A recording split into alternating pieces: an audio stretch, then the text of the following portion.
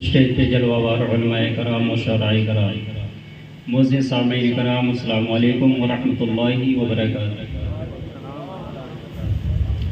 الحمدللہ رب العالمین والعاقبۃ للمتقین والصلاة والسلام علی من کان نبیا وآدم بین الماء والطین وعلی آلہ واصحابہ اجمعین، اما بعد فاعوذ باللہ من الشیطان الرجیم، بسم اللہ الرحمن الرحیم۔ محمد رسول اللہ والذین معه اشداء علی الکفار رحماء بینہم، صدق اللہ المولا العلی العظیم وصدق رسولہ النبی الامین الکریم، ونحن على ذلك لمن الشاہدین والشاکرین والحمد للہ رب العالمین۔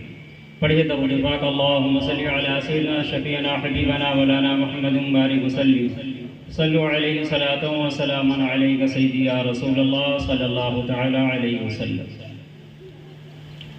وقت کافی ہو گیا ہے، آپ لوگ کو اگر زحمت گوارا نہ ہو تو تھوڑا آگے چلے آئیں۔ آپ لوگ امام حسین کے جلسے میں آئے ہیں، کوئی سیاسی جلسے میں نہیں آئے ہیں۔ دنیا عدالت میں تیرا نام رہے گا، دنیا عدالت میں تیرا نام رہے گا، فاروق تیرے نام سے اسلام رہے گا۔ دنیا عدالت میں تیرا نام رہے گا، فاروق تیرے نام سے اسلام رہے گا۔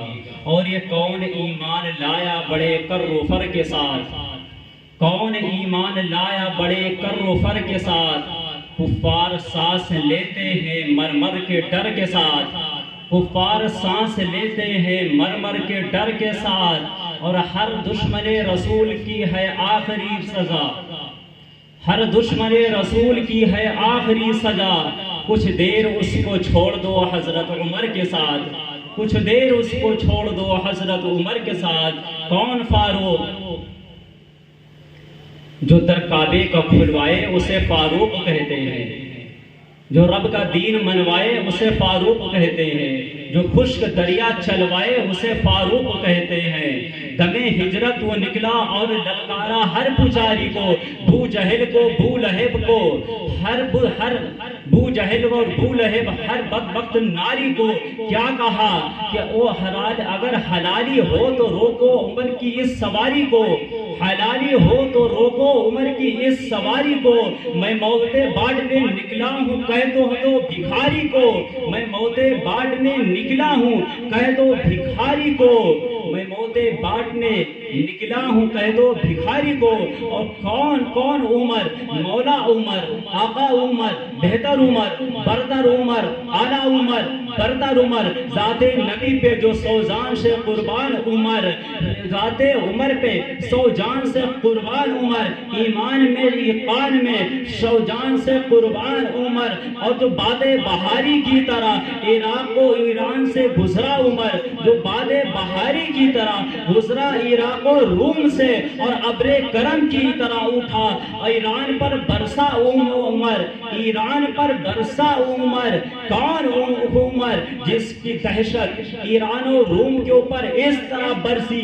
تاریخ کے حوالے آتا ہے کہ ایران کا نام، عمر کا نام سن کر کے ایران اور روم کی بڑی بڑی سلطنتیں کانپ گئی، اس طرح پاش پاش ہو گئی۔ ایران جو دنیا کی سپر پاور ہوا کرتی تھی، روم جو دنیا کی سپر پاور ہوا کرتی تھی، قیصر جو دنیا کی سپر پاور ہوا کرتی تھی، لیکن عمر کی حیبت سے اس طرح پاش پاش ہو گئی کہ دنیا سے ان کا نام و نشان مٹ گیا۔ میرے مصطفیٰ جان رحمت صلی اللہ تعالیٰ علیہ وسلم نے کعبے کا گلا پکڑ کر کے دعا کی تھی کہ میرے مالک و مولا، یا تو تم مجھے عمر دے دے، یا تو مجھے عمر دے دے، یا تو تم مجھے عمر دے دے، یا تو تم مجھے ابو جہل دے دے۔ اللہ تبارک و تعالیٰ نے جبریل سے کہا، جبریل میرے محبوب نے مانگا ہے یا تو عمر دے دے یا تو عمر دے دے، یعنی ابو جہل دے دے۔ اے جبرائیل جاؤ، عمر کا بھی دل لے آؤ اور ابو جہل کا بھی دل لے آؤ، تاکہ میں دیکھوں یہ ایمان کیوں نہیں لا رہا ہے؟ عمر کا دل لایا گیا، اللہ نے دیکھا عمر لا علم ہے، عمر کے پاس ابھی دین نہیں پہنچا ہے، عمر کے پاس ابھی تبلیغ نہیں پہنچی ہے، اس لیے دین نہیں لا رہا ہے۔ ابو جہل کے دل کو دیکھا تو کیا ہے کہ ابو جہل ضدی ہے، اس کے سامنے پتھر نے کلمہ پڑھا، ابو جہل ضدی ہے، اس کی مٹھی میں کنکریوں نے کلمہ پڑھا، ابو جہل ضدی ہے، اس کے ہاتھ میں کنکریوں نے کلمہ پڑھا، ابو جہل ضدی ہے، اس کے سامنے چاند کے جو ٹکڑے ہوئے ابو جہل ضدی ہے۔ اللہ نے فرمایا جبرائیل جو ضدی ہے اسے اٹھا کر کے میں جہنم میں ڈال دوں گا، اور جو لا علم ہے اسے علم دے کر کے محبوب کے قدموں میں ڈال دوں گا۔ اللہ اکبر، یا رسول اللہ، زندہ باد، فاروق اعظم زندہ باد، اللہ اکبر، یا رسول اللہ۔ کون عمر جو 22 لاکھ مربع میل کا حکمراں، جس کی حکمرانی صرف انسانوں پر نہیں رہی، جس کی حکمرانی دریاؤں پر بھی چلتی رہی، جس کی حکمرانی آگ پر بھی چلتی رہی، جس کی حکمرانی ہواؤں پر بھی چلتی رہی، جس کی حکمرانی زمینوں پر بھی چلتی رہی۔ میرے عمر خطبہ دے رہے ہیں منبر پہ، اور لشکر اسلام ایران کے شہر میں ایک صوبہ ہے آذربائیجان، اس کے اس پہاڑی میں صحابہ کرام جنگ کر رہے ہیں۔ میرے عمر منبر پر کھڑے ہو کر کے خطبہ دے رہے ہیں، خطبہ دیتے دیتے عمر آواز دیتے ہیں، یا ساریت الجبل، یا ساریت الجبل، اے ساریہ پہاڑ کی طرف دیکھو، اے ساریہ پہاڑ کی دیکھو۔ اب صحابہ کرام حیران و پریشان ہیں، آخر یہ معاملہ کیا ہے؟ خطبہ دے رہے ہیں، خطاب ہم سے کر رہے ہیں، نام لے رہے ہیں، اے ساریہ پہاڑ کی طرف دیکھو، اے ساریہ پہاڑ کی دیکھو۔ جب فاروق اعظم منبر سے اترتے ہیں، صحابہ کرام نے کہا آخر معاملہ کیا ہے؟ خطاب آپ ہم سے کر رہے ہیں اور کہہ رہے ہیں اے ساریہ پہاڑ کی طرف دیکھو۔ فاروق اعظم کہتے ہیں میں خطبہ دے رہا تھا، خطبہ دیتے دیتے میری آنکھوں کے سامنے حجاب ہٹ جاتا ہے، اور میں کیا دیکھتا ہوں کہ ساریہ جنگ کر رہے ہیں، ساریہ کے سامنے بھی دشمن ہے، ساریہ کے پیچھے بھی دشمن آ رہا ہے۔ تو میں نے سمجھا اگر پیچھے سے دشمن حملہ کر دے گا مسلمان پسپا ہو جائے گا، تو میں نے آواز دیا اے ساریہ پہاڑ کی طرف دیکھو، اے ساریہ پہاڑ کی طرف دیکھو، اے ساریہ پہاڑ کی دیکھو۔ یہ آواز جب جا کر کے ایران کے شہر نہاود میں پہنچتی ہے، ساریہ پہاڑ کی طرف دیکھتے ہیں اور دشمن پر ٹوٹ پڑتے ہیں، مسلمانوں کو فتح ہو جاتی ہے۔ پتہ چلا کہ فاروق اعظم کی حکومت صرف انسانوں پر نہیں ہے بلکہ ہواؤں پر ہے۔ آؤ دیکھتے چلیں، فاروق اعظم رضی اللہ تعالیٰ عنہ ہے، جب مسلمان نے مصر کو فتح کیا ہے، عمر بن عاص کو مصر کا گورنر بنا کر کے بھیجا ہے۔ عمر بن عاص رضی اللہ تعالیٰ عنہ مصر جاتے ہیں اور حکومت سنبھالتے ہیں، تو کیا دیکھتے ہیں کچھ دنوں کے بعد کہ وہاں کا یہ رواج ہے کہ جب دریائے نیل سال میں ایک مرتبہ خشک ہو جاتا ہے تو وہاں کے رہنے والے ایک نوجوان بچی کو سجا سنوار کر کے دریا کے حوالے کر دیتے ہیں۔ یہ ان کا اپنا نظریہ تھا کہ ہاں جب ہم اس طرح کرتے ہیں تو جو دریا کا دیوتا ہے وہ ہماری بچی کو لے لیتا ہے اور خوش ہو کر کے ہمیں پانی دیتا ہے۔ جب عمر بن عاص کے سامنے یہ کیا جانے لگا، عمر بن عاص نے کہا اب اسلام آ گیا ہے، اب اسلام آ گیا ہے، اب حق آ گیا ہے، باطل مٹ گیا ہے، جاء الحق وزهق الباطل، حق آ گیا ہے، باطل مٹ گیا ہے۔ اب اسلام کے ہوتے ہوئے یہ خرافات نہیں ہو سکتا ہے، اب بیہودہ باتیں نہیں ہو سکتی ہیں، اب اس طرح کی واہیات باتیں نہیں ہو سکتی ہیں، اسلام اس میں ساری چیزوں سے روکتا ہے۔ عمر بن عاص نے ان کو تو یہ کرنے سے منع کر دیا، لیکن عمر بن عاص سوچتے ہیں آج تو میں نے ان کو منع کر دیا ہے، لیکن ہو سکتا ہے یہ رات کے تنہائی میں جا کر کے پھر یہ کام انجام دے سکتے ہیں۔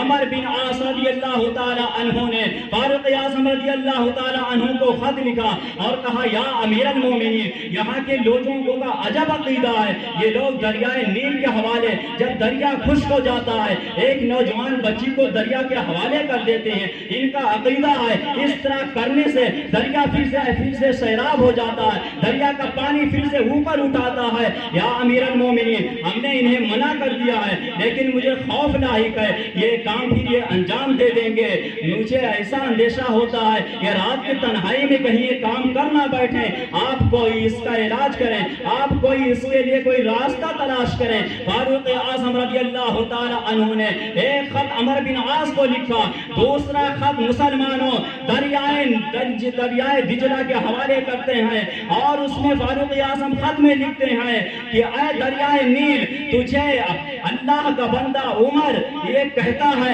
اگر تو اللہ کے حکم سے چلا کرتا تھا تو آج تجھے اللہ کا بندہ عمر کہتا ہے کہ تو اللہ کے حکم سے جاری ہو جا۔ جیسے ہی یہ خط دریائے دجلہ کے اندر ڈالا جاتا ہے، تاریخ گواہ ہے پہلے دریائے دجلہ جتنا پانی دیتا تھا، جتنی اونچائی سے بہا کرتا تھا، اس سے 16 ہاتھ اونچائی سے پانی بہنے لگا۔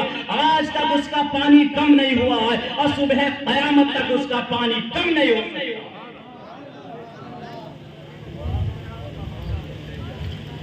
آئیے دیکھتے چلیں، فاروق اعظم رضی اللہ تعالی عنہ ہے، مدینہ منورہ کی سرزمین ہے۔ ایک مرتبہ مدینہ منورہ کی زمین لغزش کرتی ہے، کانپتی ہے اور ہلنے لگتی ہے۔ فاروق اعظم اپنا کوڑا اس سرزمین کے اوپر مارتے ہیں اور کہتے ہیں اے زمین، کیا عمر نے عدل نہیں کیا تیری زمین کے اوپر؟ کیا عمر نے کبھی نا انصافی کی ہے جو تو آج ہل رہی ہے؟ کیا تجھے پتا نہیں یہاں میرے آقا آرام فرما ہے؟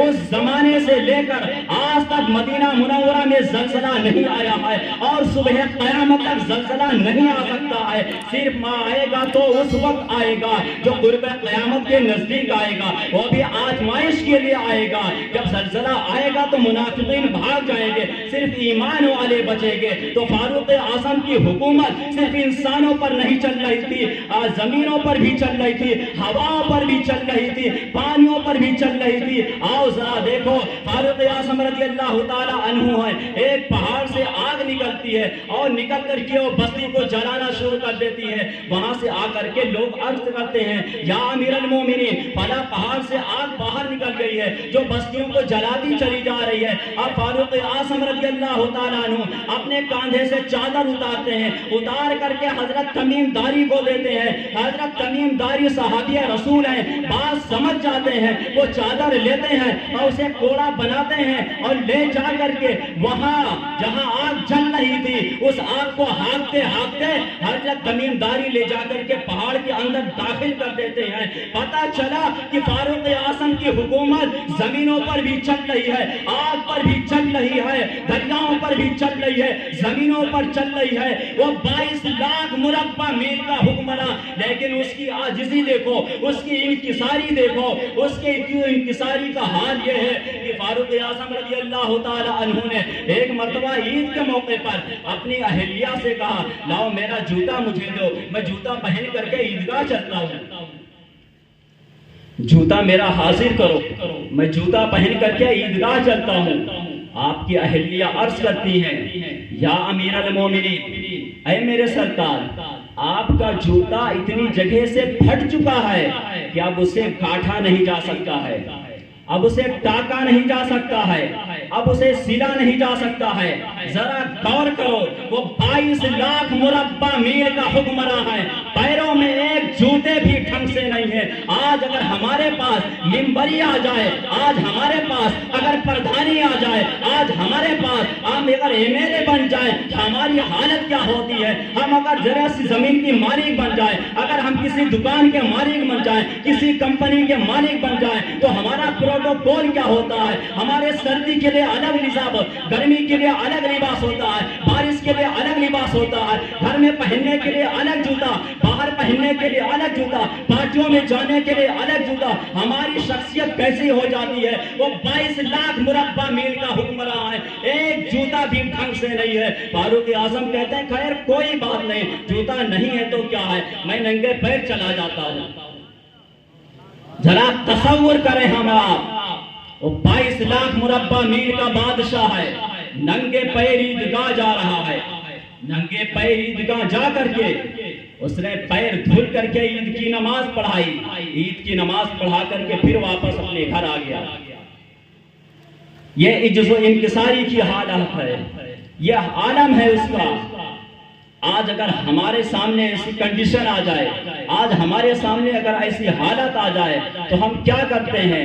آج ہماری حالت کیا ہے؟ ہم جلسہ کرتے ہیں امام حسین کے نام سے اور لائٹ چوری کرتے ہیں۔ ذرا تصور کرو، چوری چوری ہوتی ہے، وہ چوری چاہے گھر میں چوری کی جائے، چاہے حکومت کی چوری کی جائے، چوری چوری ہوتی ہے۔ آپ گھر میں لائٹ چوری کرو یا سر عام کٹیا پھنسا کر کے لائٹ کی چوری کرو، چوری چوری ہے۔ تمہیں شرم نہیں آتی ہے، تمہیں حیا نہیں آتی ہے، تمہاری غیرت کا جنازہ نہیں نکلتا ہے۔ آؤ فاروق اعظم کی زندگی کو دیکھتے ہیں۔ فاروق اعظم رضی اللہ تعالیٰ عنہ کے پاس بیت المال کے اندر بہت سی خوشبو آتا ہے، خوشبو آتی ہے، ادھر بہت سارے آتے ہیں۔ تو فاروق اعظم رضی اللہ تعالیٰ عنہ نے انتظام کر رکھا تھا۔ عرب کے لوگ آج بھی بہت مہنگے مہنگے عطر استعمال کرتے ہیں، اس زمانے میں بھی لوگ بہت مہنگے عطر استعمال کیا کرتے تھے۔ فاروق اعظم رضی اللہ تعالیٰ عنہ جب عطر آتا تھا تو کسی نہ کسی عورت کو دے دیا کرتے تھے، وہ عطر تقسیم کر دیا کرتی تھی۔ ایک مرتبہ جب عطر آیا تو آپ کی اہلیہ نے کہا حضور ہم عطر تقسیم کریں گے۔ فاروق اعظم رضی اللہ تعالیٰ عنہ نے کہا نہیں، آپ اسے تقسیم نہیں کریں گے، فلاں عورت ہے وہ تقسیم کرے گی۔ اہلیہ تھی، گھر والی تھی، اس نے کہا نہیں، آخر آپ وجہ بتائیں، وہ تقسیم کرے گی تو کیا ہوگا، ہم تقسیم کریں گے تو کیا ہوگا؟ آپ نے کہا نہیں۔ جب اس نے ضد کیا تو فاروق اعظم رضی اللہ تعالیٰ عنہ نے فرمایا کہ اے میری اہلیہ، بات یہ ہے کہ جب تم عطر تقسیم کرو گی تو عطر تقسیم کرتے کرتے تمہارے ہاتھوں میں بھی خوشبو لگ جائے گی، تمہارے کپڑوں میں بھی خوشبو لگ جائے گی، اور میں عمر یہ خوف کھاتا ہوں کہ کل میدان قیامت میں کہیں اللہ تبارک و تعالیٰ یہ نہ کہہ دے اے عمر بیت المال میں جو خوشبو آئی تھی وہ غریبوں کا حق تھا، وہ یتیموں کا حق تھا، وہ یتیموں کا حق تھا، وہ بیواؤں کا حق تھا، وہ مسلمانوں کا حق تھا، اور تمہاری بیوی نے اس کو استعمال کر لیا تھا، وہ عطر تو تمہاری بیوی کو لگ گیا تھا، تو بتاؤ میں کیا جواب دوں گا؟ وہ 22 لاکھ مربع میل کا حکمراں ہے، لیکن حالت یہ ہے۔ ایک مرتبہ آپ کا بیٹا تھوڑا سا مال لے کر کے مصر کی سرزمین پر جاتا ہے، جا کر کے تجارت کرتا ہے، مال تھوڑا سا گھر سے لے کر کے گیا، لیکن جب وہ واپس آتا ہے تو بہت زیادہ مال واپس لے کر کے آتا ہے۔ فاروق اعظم رضی اللہ تعالیٰ عنہ نے بیٹے کو طلب کیا اور پوچھا بتاؤ تم مال تھوڑا سا لے کر گئے تھے تجارت کرنے کے لیے، اور جب واپس آ رہے ہو تو اتنا زیادہ مال کہاں سے لے کر کے آ رہے ہو؟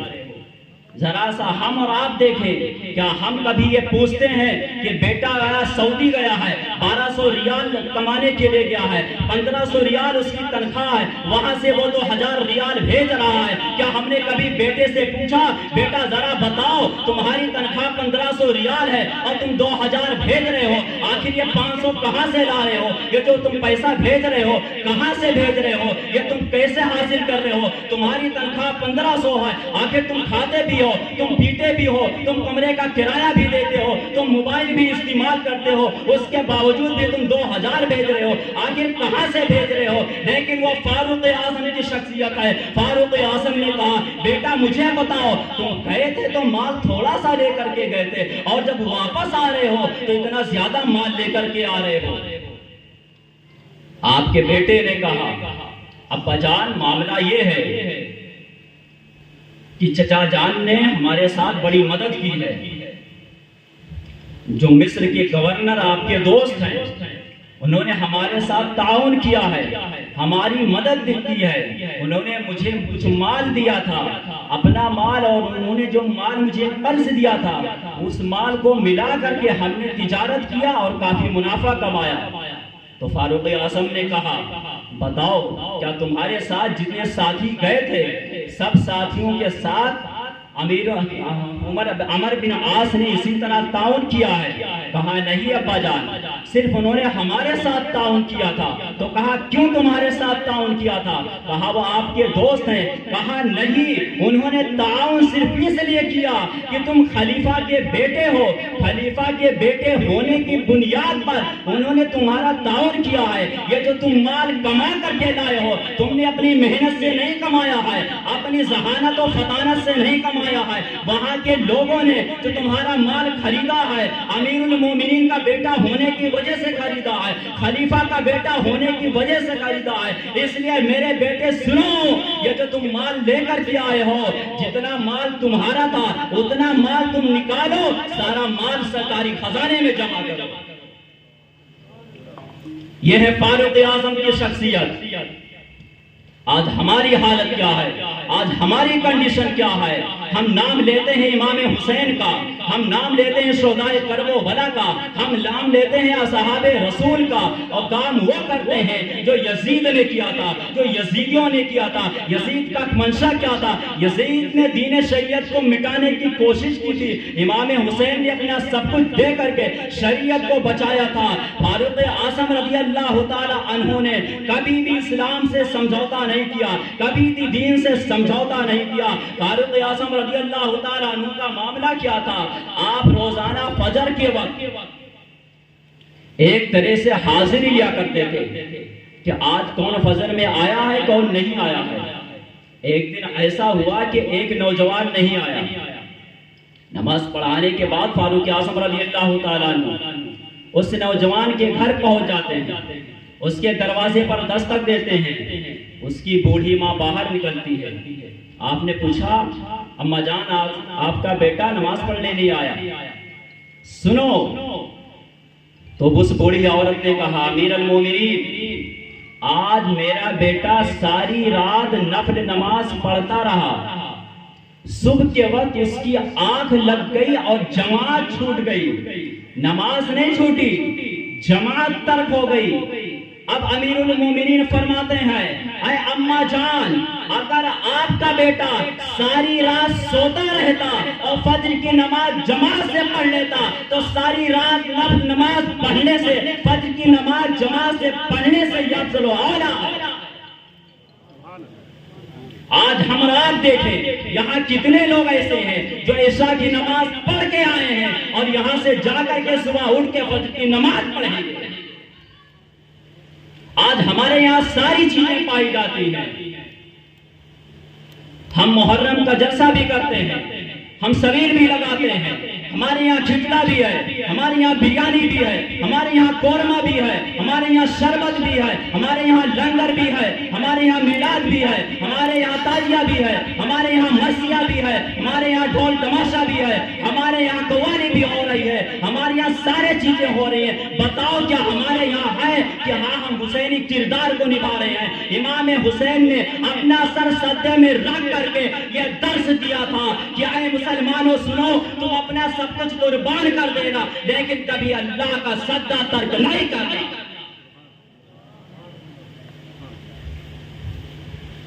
لیکن ہمارا حال کیا ہے؟ ہم دعویٰ کریں گے کہ ہم حسینی ہیں، کام ہم یزیدوں والا کریں گے، دعویٰ کرتے پھریں گے کہ ہاں ہم حسینی ہیں، لیکن ہمارے اندر حسینی کردار نظر نہیں آئے گا۔ فاروق اعظم کی شخصیت دیکھو، فاروق اعظم کی حالت دیکھو، فاروق اعظم کس طرح اپنی زندگی گزارا کرتے تھے۔ یہ 22 لاکھ مربع میل کا بادشاہ ہونے کے باوجود حالت یہ ہے کہ جس و انکساری کی حالت ایسی ہے کہ آپ اس طرح زندگی گزار رہے ہیں، جہاں چاہتے ہیں اتنے بڑا حکمراں ہونے کے باوجود زمین پر بستر لگا کے سو جاتے ہیں۔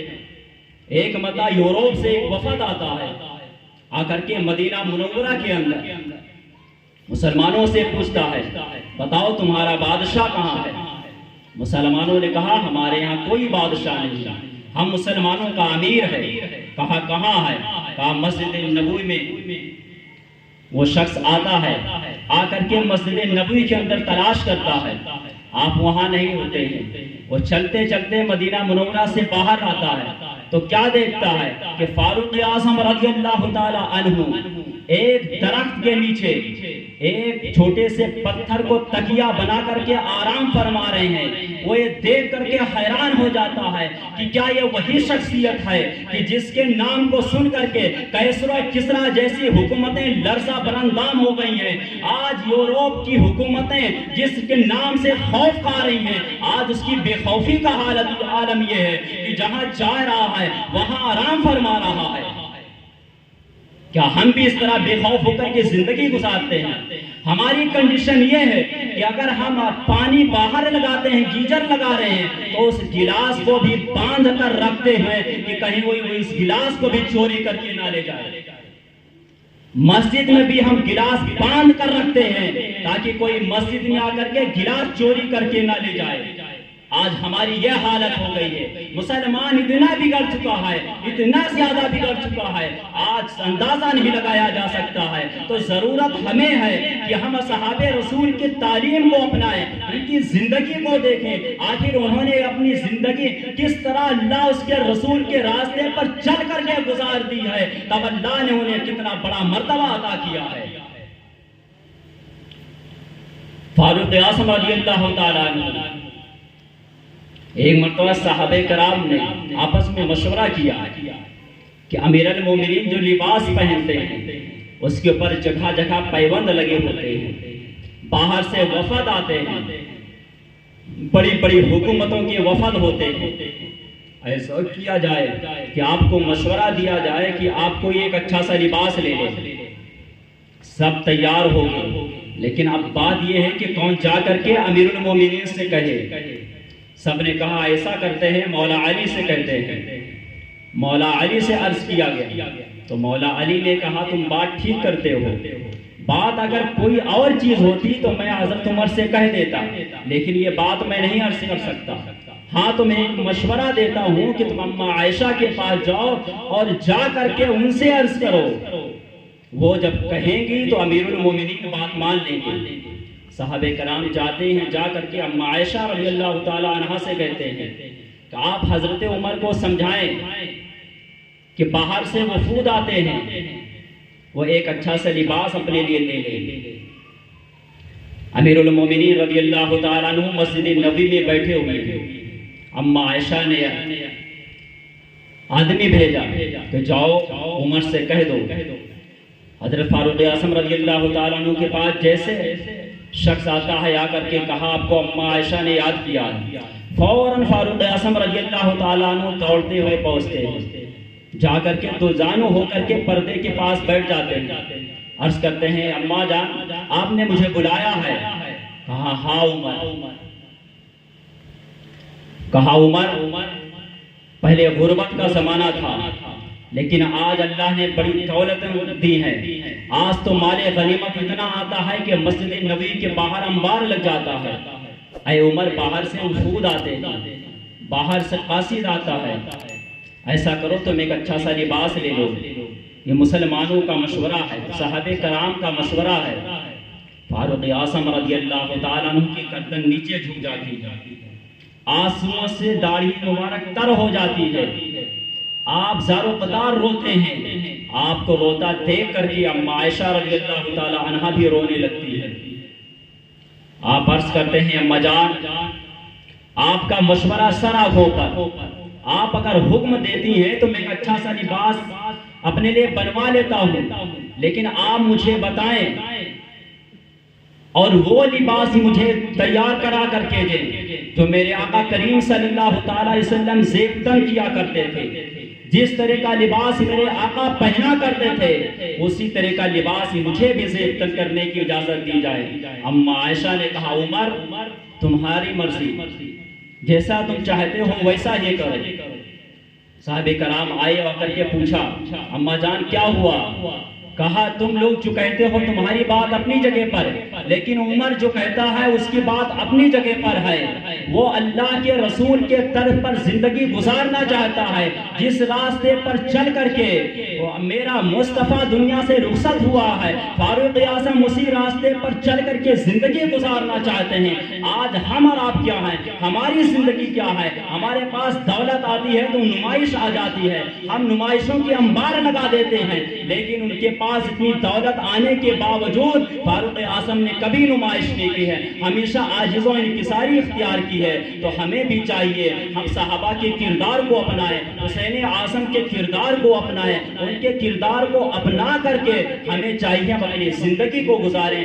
آخر میں ایک بات عرض کر کے میں اپنی گفتگو کو ختم کر دینا چاہتا ہوں۔ میں اپنے TLC والوں سے کہنا چاہوں گا، جہاں ہم شہید اعظم کے نام پر کھچڑا بناتے ہیں، ہم دیگیں لگاتے ہیں، وہیں ہمیں چاہیے کہ جب ایک محرم الحرام کی تاریخ آئے اور فاروق اعظم کی یوم شہادت آئے، کیونکہ فاروق اعظم کی شہادت ایک محرم الحرام کو ہوئی تھی، تو میں ان لوگوں سے کہنا چاہوں گا کہ جہاں شہید اعظم کے نام کی ڈینگیں چڑھائی جاتی ہیں، ان کے نام کا لنگر لٹایا جاتا ہے، وہیں فاروق اعظم کے نام کا بھی لنگر لٹایا جائے، وہیں شہید فاروق اعظم کے نام کا بھی لوگوں کو لنگر کھلایا جائے، دیکھیں ایک محرم الحرام کو پکا کے کھلایا جائے تاکہ لوگوں کو پتا چلے کہ اصحاب رسول کی زندگی کیسے ہوتی تھی، فاروق اعظم نے کیسے اپنا کردار دنیا والوں کے سامنے پیش کیا تھا، تاکہ ہم بھی اپنا کردار اسی طرز پر چل کر کے دنیا والوں کے سامنے پیش کریں۔ آج دنیا کتاب نہیں پڑھتی ہے، آج دنیا کتابوں کا مطالعہ نہیں کرتی ہے، آج دنیا قرآن نہیں پڑھ رہی ہے، آج دنیا حدیث نہیں پڑھ رہی ہے، دنیا مسلمانوں کو پڑھ رہی ہے، مسلمانوں کو پڑھ کر کے وہ اسلام سے پھر رہی ہے۔ جو قرآن پڑھ رہا ہے وہ اسلام قبول کر رہا ہے، جو مسلمانوں کو پڑھ رہا ہے وہ اسلام سے دور ہو رہا ہے۔ تو ہمیں چاہیے کہ ہم اپنا ہر انداز، ہم اپنا ہر طریقہ صحابہ رسول کی زندگی کے طریقے پر گزاریں اور حسین اعظم کے طریقے پر گزاریں، تاکہ دنیا ہمارے پاس آئے وہ بھی اسلام اپنانے پر مجبور ہو جائے۔ جب تک چڑھے گا سورج اجالا نہ جائے گا، جب تک چڑھے گا سورج اجالا نہ جائے گا، فلک پہ نجوم تابا کا ہوا حالا نہ جائے گا، جب تک چڑھے گا سورج، جب تک چڑھے گا سورج اجالا نہ جائے گا، فلک پہ نجوم تابا کا حالا نہ جائے گا، فلک پہ نجوم تابا کا حالا نہ جائے گا، جب تک چڑھے گا سورج اجالا نہ جائے گا، فلک پہ نجوم تابا کا حالا نہ جائے گا۔ اہل بیت اصحاب و رسول کی مابین قرآن مقدس سے رحمہ کا حوالہ نہ جائے گا، قرآن مقدس سے رحمہ کا حوالہ نہ جائے گا۔ استغفر اللہ ربی من کل ذنب واتوب الیہ۔ اللہ تبارک و تعالیٰ کی بارگاہ میں دعا ہے، اللہ تبارک و تعالیٰ ہم سب کو فاروق اعظم کی زندگی پڑھنے اور اس پر عمل کرنے کی توفیق عطا فرمائے۔ وآخر الکلمات الحمدللہ رب العالمین۔ کھڑے ہو جائیے، صلاۃ و سلام پڑھ لیں۔ یا نبی سلام علیکہ، یا رسول سلام علیکہ، یا حبیب سلام علیکہ، صلوات اللہ علیکہ، الصلاة والسلام عليك يا رسول الله، الصلاة والسلام عليك يا حبيب الله، الصلاة والسلام عليك يا نبي الله، وعلى آلك وأصحابك. اللہ رب محمد صلی اللہ علیہ وسلم نحن عباد محمد صلی اللہ علیہ وسلم صلو علیہ وسلم علیہ سیدی یا رسول اللہ صلی اللہ علیہ وسلم۔ مالک و مولا پروردگار عالم بہادر شاہ سے لے کر اب تک مالک و مولا جنات و منقبت تقاریر ہوئی، اگر اس میں کسی قسم کا مدن سامن قصدن غلطی ہوگی تو مولا تعالیٰ درگزر فرما کر شرف قبول سے نواز دے۔ مالک و مولا اس مجلس کو رجانے بسانے میں جس نے بھی دامی دل میں قدم میں سخن حصہ لیا، مالک و مولا تو ان کی کاوشوں محنتوں کو قبول فرما لے۔ مالک و مولا تو ان کو علم عمل میں رزق میں برکت عطا فرما دے۔ مالک و مولا یہاں پر جتنے لوگ حاضر آئیں سب کی حاضری کو قبول فرما دے۔ مالک و مولا ہم سب کو صراط مستقیم پر چلنے کے توفیق عطا فرما۔ مالک و مولا ہم سب کو علم نافع عطا فرما۔ مالک و مولا ہم سب کو قرآن و سنت پر عمل کرنے کے توفیق عطا فرما۔ مالک و مولا ہم سب کو فاروق اعظم کی سیرت پڑھنے اس پر عمل کرنے کی توفیق عطا فرما۔ مالک و مولا ہم سب کو نماز پنجگانہ پڑھنے کی توفیق عطا فرما۔ مالک و مولا ہم سب کو ایمان پر قائم رکھ، ایمان پر خاتمہ بالخیر عطا فرما۔ ان اللہ و ملائکتہ یصلون علی النبی یا ایھا الذین آمنوا صلوا علیہ وسلموا تسلیما۔ اللهم صل على سيدنا شفينا حبيبنا مولانا محمد وآله وسلم صلوا عليه صلاة وسلام عليك سيدي يا رسول الله صلى الله تعالى عليه وسلم. اللهم ربنا تقبل منا إنك أنت السميع العليم وتب علينا إنك أنت التواب الرحيم. سبحان ربك رب العزة عما يصفون وسلام على المرسلين والحمد لله رب العالمين.